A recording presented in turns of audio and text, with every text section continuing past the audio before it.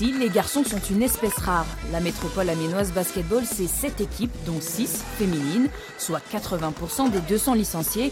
Au cœur du quartier Étouville, le club représente une option sérieuse pour les jeunes filles en quête d'un sport.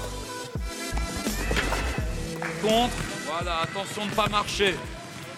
On pose bien le ballon. Le but est tout près déjà et parce que j'aimais bien notre ambiance et tout ça, on s'entendait bien quand même. Ça change puisque de base le basket quand on voit c'est plus les garçons qui en font et donc c'est mieux, on est plus à l'aise forcément parce que quand il n'y a que des filles c'est plus facile et les garçons je trouve que c'est un peu plus complexe.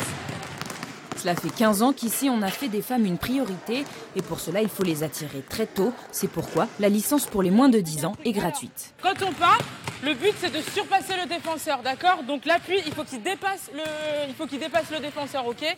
On a clairement sur Étouville et sur Amiens-Nord une vocation sociale. L'accessibilité au sport pour tous, c'est vraiment pour nous une démarche importante. C'est pour ça qu'on commence très tôt, dès l'âge de 5 ans. Pour pouvoir justement habituer les enfants à venir au sport, leur donner cette hygiène de vie qu'est le sport et en contrepartie, elles viennent s'éclater tout simplement. Un club également à vocation de détection. Les joueuses les plus prometteuses sont ensuite orientées vers les pôles espoirs pour espérer devenir professionnelles. C'est le cas notamment de Marie-Michel Milapi, désormais en équipe de France et qui a fait ses premières armes ici. Pour celles qui ont choisi de ne pas en faire leur métier comme Aurélie, le basket constitue une bouffée d'air. Étudiante en Master 2 de sciences politiques, son sport est inclus dans sa vie à part entière. C'est un rêve que j'ai depuis que je suis en classe de CE1, on va dire. C'était toujours école, basket. En fait, je fais aussi du violoncelle. J'étais au conservatoire. Donc, c'est un rythme que j'ai pris, que ma mère m'a donné avec ma sœur. Et du coup, j'ai l'habitude. Ça a été compliqué par moments, mais pour mon équilibre personnel, ça a été important d'avoir des loisirs pour s'évader de l'école, en fait. Une passion qu'elle partage depuis 17 ans avec sa sœur jumelle Tiffany. 4 fois par semaine, c'est le même rituel. Elles qui ont toujours été poussées par leur mère à faire du sport apprécient la philosophie du club.